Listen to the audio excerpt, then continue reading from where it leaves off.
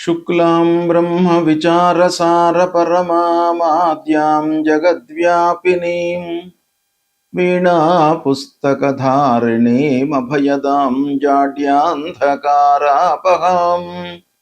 हस्ते स्फाटिकमालिकां विदधतीं पद्मासने संस्थितां वन्दे तां परमेश्वरीं भगवतीं बुद्धिप्रदां शारदां। श्री महागणाधिपतये नमः। श्री महासरस्वत्यै नमः। శ్రీ గురుభ్యో నమః. శని గోచారము అంటే శని సంచరిస్తున్నటువంటి సమయం లోపల జాతకునికి అంటే 12 రాశులలో జన్మించినటువంటి వాళ్లకు ఎలాంటి ఫలితాన్ని ఇస్తాడు అనేటువంటి విషయాన్ని మనం చూసినట్టయితే, శని ఒక రాశిలో సంచరించడానికి దాదాపుగా 2.5 సంవత్సరాలు పడుతుంది. అంటే అత్యంత సమయము తీసుకునేటువంటి గ్రహము శనీశ్వరుడే. కనుకనే ఆ శని యొక్క వెలాసిటీ చాలా తక్కువ ఉంటుంది. అంటే రాశి లోపల ఎక్కువ రోజులు ఉండడానికి అవకాశం ఉంది. కనుక శని యొక్క ప్రభావము మానవుని పైన అత్యంత ప్రధానంగా అంటే ఎక్కువ మోతాదులో ఆ శని యొక్క ప్రభావం ఉండేటువంటి అవకాశం బాగా ఉంటుంది అని మన శాస్త్రం చెప్తూ ఉంది. అయితే ఈ శని 2.5 సంవత్సరాలు ఒక రాశిలో ఉన్నప్పుడు వివిధ నక్షత్రాల లోపల కూడాను మారుతూ ఉంటాడు. మీనరాశిలో ప్రస్తుతం సంచరిస్తున్నాడు శనీశ్వరుడు. అంటే పూర్వభాద్ర నక్షత్రం 4వ పాదంతో ప్రారంభమయ్యి రేవతి నక్షత్రం 4వ పాదంతో ఎండ్ అవుతుంది ఈ మీనరాశి. అంటే మొత్తం కలిపినట్టయితే 9 పాదాలలో ఈ శనీశ్వరుడు సంచరిస్తాడు మీనరాశిలో. అయితే ఈ మీనరాశిలో సంచరిస్తూ ఉన్నప్పుడు మొత్తం మీనరాశిలో ఒకే రకమైనటువంటి ప్రభావాన్ని ఇస్తాడా అందరికీ అనంటే ఇవ్వడు. వాళ్ళ జాతకాలను బట్టి ప్రభావం ఉంటుంది. వాళ్ళు పుట్టినప్పుడు శనీశ్వరుడు ఉన్నటువంటి స్థితికి అనుకూలంగా ప్రభావం ఉంటుంది. పుట్టిన సమయం లోపల శని ఉచ్చస్థానంలో మిత్రస్థానంలో ఎక్కువ అష్టకవర్గ బిందువులను కలిగి ఉన్నట్టయితే శుభ ఫలితాలను ఇచ్చేటువంటి అవకాశాలు ఉన్నాయి. గోచార రీత్యా శుభస్థానంలో సంచరిస్తున్నప్పటికీ ఈ ఫ్యాక్టర్స్ అన్నీ కూడాను మనము ఫలితం చెప్పేటప్పుడు మనం లెక్కలోకి తీసుకోవాల్సి వస్తుంది. అయితే ఈ శని కూడాను 9 పాదాలలో సంచరిస్తున్నాడు. అంటే 3 నక్షత్రాలలో సంచరిస్తున్నాడు. 3 నక్షత్రాలలో ప్రస్తుతం రేవతి నక్షత్రంలో 17 మే 2026 నుండి 9 అక్టోబర్ 2026 వరకు రేవతి నక్షత్రంలో సంచరిస్తున్నాడు. రేవతి నక్షత్రం అంటే మీనరాశిలో ఎండింగ్ నక్షత్రం అన్నమాట. అక్కడి నుండి మళ్ళీ భచక్రం స్టార్ట్ అవుతుంది. మళ్ళీ అశ్విని నక్షత్రంలోకి వెళ్ళిపోతాడు. అంటే మేషరాశిలోకి వెళ్తాడు. కనుక ఈ మీనరాశిలో అంత్య నక్షత్రంలో సంచరిస్తున్నటువంటి సమయం లోపల రేవతి నక్షత్రంలో ప్రధానంగా సంచరిస్తున్నటువంటి సమయంలో మేషాది 12 రాశుల వారికి శని యొక్క ప్రభావము ఎలా ఉంది అనే విషయాన్ని మనము విశ్లేషిద్దాం. విశ్లేషించి దానికి అనుగుణంగా మనం ఫలితాలను తెలుసుకుందాం. మకర రాశి వారికి రేవతి నక్షత్రంలో శనీశ్వరుడు సంచరిస్తున్నటువంటి సమయంలో గోచార ఫలితాలు ఎలా ఉన్నాయి అనే విషయాన్ని చూసినట్టయితే, రేవతి నక్షత్రం మీనరాశి కిందికి వస్తుంది. అంటే మీనరాశి లోపల చివరి నక్షత్రం. అలాంటి మీనరాశిలో సంచరిస్తున్నటువంటి సమయంలో మకర రాశి వారికి ఏమవుతుంది? 3వ స్థానం అవుతుంది రాశి పరంగా మనం చూసినట్టయితే. మకరం, కుంభం, మీనం అంటే 3వ రాశి లోపల శనీశ్వరుడు సంచరిస్తున్నాడు. గోచార రీత్యా ఇది చాలా శుభప్రదమైనటువంటి స్థానం. 3వ స్థానం బాగా కలిసి వస్తుంది. రాశ్యాధిపతి శని యొక్క గోచారం చూస్తున్నాం కనుక రాశ్యాధిపతి శుభస్థానంలో సంచరించడము మకర రాశి వారికి బాగా కలిసి వస్తుంది. ఎలాంటి విషయాలలో మనకు పాజిటివ్గా ఉంటుంది అనే విషయం మనం చూసినట్టయితే, మన లోపల కొంత ధైర్యం పెరుగుతుంది. అంటే ఆత్మవిశ్వాసం పెరుగుతుంది ఈ సమయం లోపల. నేను పనులను హ్యాండిల్ చేయగలుగుతాను,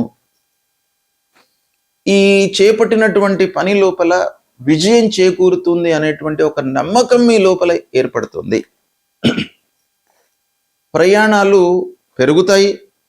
అన్నదమ్ములు, ఆత్మీయులు, దగ్గరి వాళ్ళ యొక్క సహాయ సహకారాలు మీకు బాగా లభిస్తాయి. ఇక వ్యాపార రంగంలో ఉన్నటువంటి వాళ్ళు, ముఖ్యంగా కమ్యూనికేషన్ రంగంలో ఉన్నటువంటి వాళ్ళు, మీడియా రంగంలో ఉన్నటువంటి వాళ్ళు, సాఫ్ట్వేర్ రంగంలో ఉన్నటువంటి వాళ్ళు, బ్యాంకింగ్ సెక్టార్లో ఉన్నటువంటి వాళ్ళు, వీళ్ళందరికీ కూడాను కలిసి వస్తుంది. అయితే కొంత జాగ్రత్త మటుకు అవసరము. ఇక సంగీత సాహిత్యవేత్తలకు అభివృద్ధి కనబడుతుంది ఈ సమయం లోపల. నైపుణ్యంతో వాళ్ళు పైకి వచ్చేటువంటి అవకాశం కనబడుతుంది. ఇక శ్రమతో కూడినటువంటి విజయాలు మీకు ఈ సమయం లోపల ఉంటాయి. మీరు తీసుకునేటువంటి నిర్ణయాల లోపల ఒక స్థిరత్వం ఉంటుంది. అంటే స్థిరమైనటువంటి ఆలోచనతో పూర్వాపరాలను క్షుణ్ణంగా మీరు విశ్లేషించి నిర్ణయం తీసుకునేటువంటి అవకాశం ఉంది. ముఖ్యంగా మీడియా రంగంలో ఉన్నటువంటి వాళ్ళకి చాలా అవకాశాలు వస్తాయి. శుభ సమయము ఈ రేవతి నక్షత్ర సంచారము. మీరు కొంత సహనంతో ఉన్నట్టయితే చాలా అనుకూలమైనటువంటి రోజులు ఇవి. అంటే మకర రాశి వారికి మీనరాశి పరంగా చూసినట్టయితే చాలా అనుకూలమైనటువంటి సమయము. ఇకపోతే మకర రాశి అనగానే 3 నక్షత్రాలు వస్తాయి. ఉత్తరాషాఢ నక్షత్రం 2, 3, 4 పాదాల్లో జన్మించినటువంటి వాళ్ళు, శ్రవణ నక్షత్రం 1, 2, 3, 4 పాదాలలో జన్మించినటువంటి వాళ్ళు, ధనిష్ట నక్షత్రం 1, 2 పాదాలలో జన్మించినటువంటి వాళ్ళు అందరూ కూడాను మకర రాశి కిందికి వస్తారు. కాబట్టి మన నక్షత్ర పరంగా మనం చూసినట్టయితే ముందుగా ఉత్తరాషాఢ నక్షత్రంలో జన్మించినటువంటి వాళ్లకు ఈ రేవతి నక్షత్రం యొక్క శని సంచారం ఎలా ఉంటుంది అనే విషయాన్ని మనం చూస్తే రాశి పరంగా మీకు 100% బాగుంది. అయితే ఉత్తరాషాఢ నక్షత్రానికి అధిపతి సూర్యుడు, అక్కడ రేవతి నక్షత్రానికి అధిపతి బుధుడు. ఇది కొంత అనుకూలమైనటువంటి సామ్యం. అయితే ఉత్తరాషాఢ నక్షత్రం నుండి రేవతి నక్షత్రానికి మనం చూసినట్టయితే కొంత ప్రతికూలత కనబడుతుంది. కాబట్టి కొన్ని విషయాలలో మీరు జాగ్రత్తలు తీసుకోవాలి. తొందరపడకుండా ఒక ప్లానింగ్తో మీరు ముందుకు వెళ్ళినట్టయితే మీరు సత్ఫలితాలను పొందుతారు. సాహసంతో మీరు పనులు ప్రారంభించినప్పటికీ ఆ సాహసం లోపల కూడాను కొంత విచక్షణను మీరు జోడించండి. కొన్నిసార్లు మనము నిర్ణయం తీసుకోవాల్సి వస్తుంది. సాహసంతోనే కానివ్వండి, ఆ సమయంలో ఏదో ఒక నిర్ణయం మనం తీసుకోవాల్సి వస్తుంది. ఆ నిర్ణయం తీసుకునేటప్పుడు కొంత మనము విచక్షణను ఉపయోగించినట్టయితే మీకు సత్ఫలితాలు కలుగుతాయి. ఇక కొత్త పనులు ప్రారంభించేటువంటి ప్రయత్నాలు చేస్తారు. అందులోపల కూడాను కొంత మీరు ఓపికతో, ఆలోచనతో మీరు స్టెప్స్ తీసుకోండి. అన్నదమ్ముల యొక్క బరువు బాధ్యతలు పెరుగుతాయి. మీకు అన్నదమ్ములతో సహాయ సహకారాలు మీకు ఉన్నప్పటికీ వాళ్ళ విషయం లోపల మీకు ఒక ఇండైరెక్ట్గా బాధ్యత అనేటువంటిది పెరిగే అవకాశం కనబడుతుంది. ప్రయాణాల మూలకంగా కొన్ని ఇబ్బందులు కనబడుతున్నాయి. అధికారులతో పరిచయాలు ఏర్పడతాయి.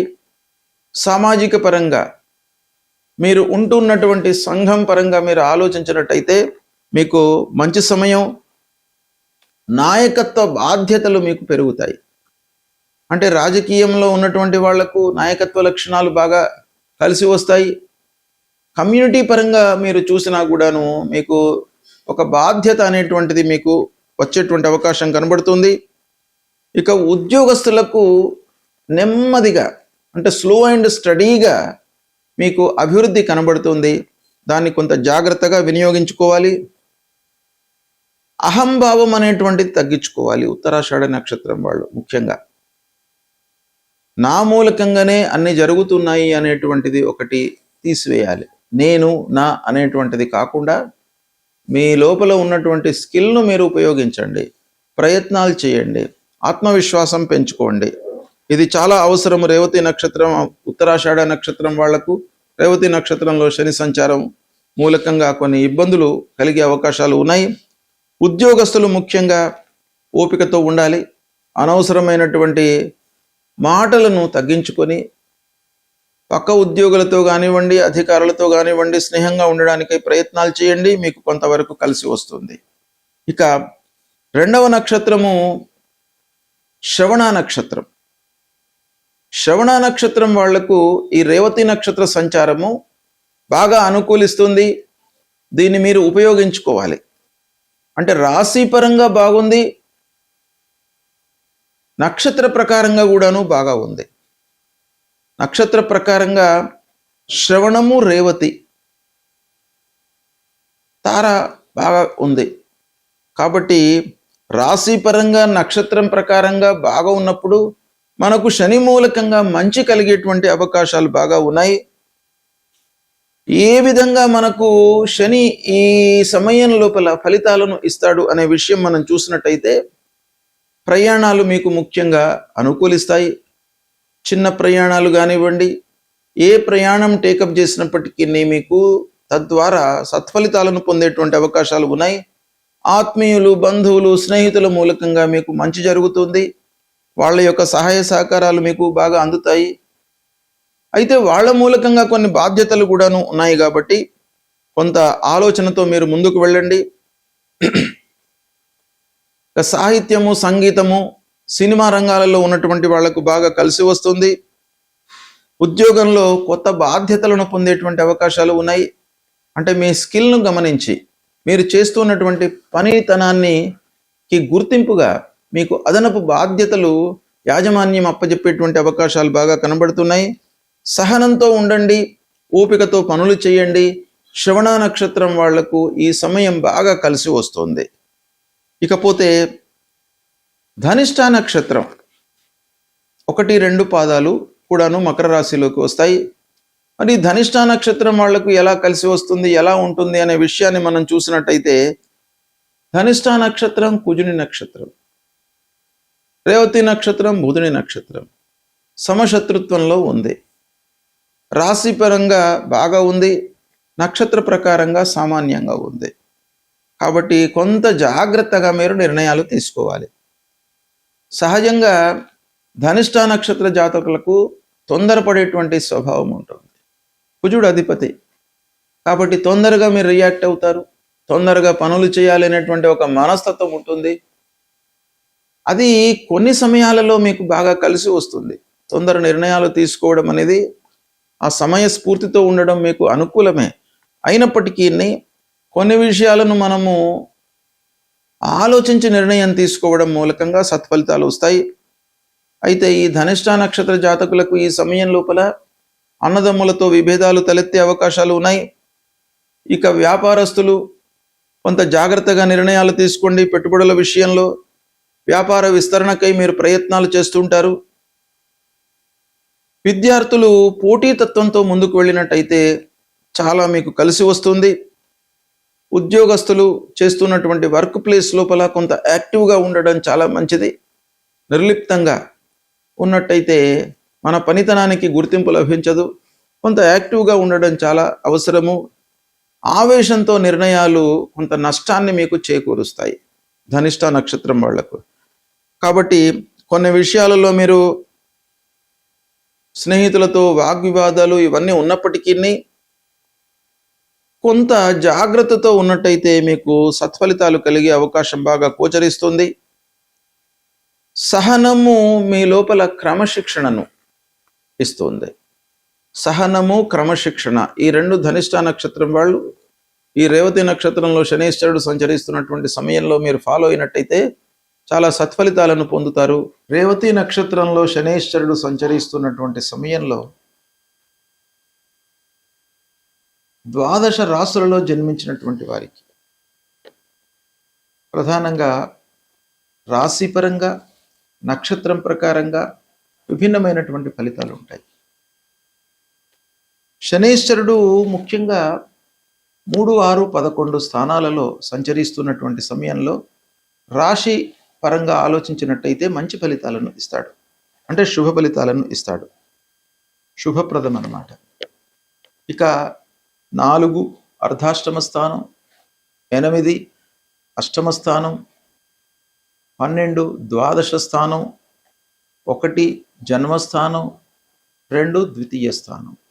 ఈ స్థానాలలో సంచరిస్తున్నప్పుడు అంటే 12, 1, 2 ఈ స్థానాలు ఏలినాటి శని ప్రభావం కిందికి వస్తాయి. 4, 8 స్థానాలు అర్ధాష్టమ స్థానం, అష్టమ స్థానం, ఇవి దుస్థానాలు. ఈ స్థానాల్లో సంచరిస్తున్నప్పుడు మనకు దుష్ప్రభావం ఎక్కువ ఉంటుంది. అంటే కఠినమైనటువంటి పరీక్షలకు మనం నిలబడవలసి వస్తుంది. ఇక సప్తమ స్థానము, దశమ స్థానము కొంత బాధ్యతలను మనకు కలుగజేస్తాయి. అంటే ఈ స్థానాలు న్యూట్రల్ స్థానాలు అన్నమాట.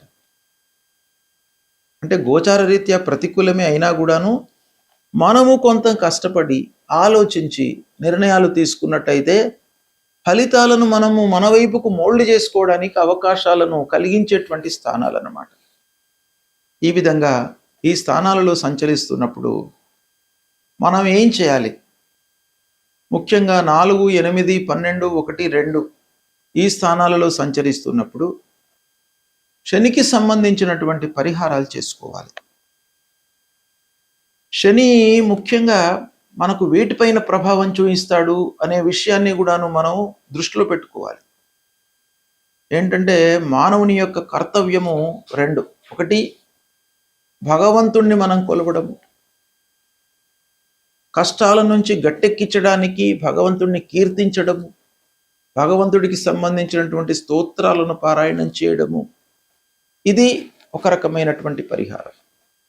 2వది శని యొక్క కారకత్వము, శని యొక్క ప్రభావము ఏ కార్నర్ పైన ఉంటుంది అనే విషయాన్ని మనము తెలుసుకొని పసిగట్టి వాటిపైన మనం ఎక్కువ ఫోకస్ పెట్టాలి. అంటే ఆ కార్నర్స్లో మనకు నష్టం జరగకుండా మనము ఎక్కువ ఫలితాలను, ఎక్కువ ప్రభావాన్ని మన వైపు నుంచి మనము ఎక్కువ నైపుణ్యాన్ని మనం చూపించాలి. అంటే ఎఫర్ట్స్ పెట్టాలి. ఏంటంటే శని ముఖ్యంగా శని స్వభావము పనులను ఆలస్యంగా పూర్తి చేయిస్తాడు. పనుల లోపల ఆటంకాలను కలిగిస్తాడు. మన లోపల ఒక క్రమశిక్షణను తీసుకువస్తాడు. ఇది కొంత పాజిటివ్ పాయింట్. అంటే కష్టాలకు గురి చేస్తాడు, కానీ ఆ కష్టాల నుంచి మనిషి ఒక క్రమశిక్షణను నేర్చుకుంటాడు.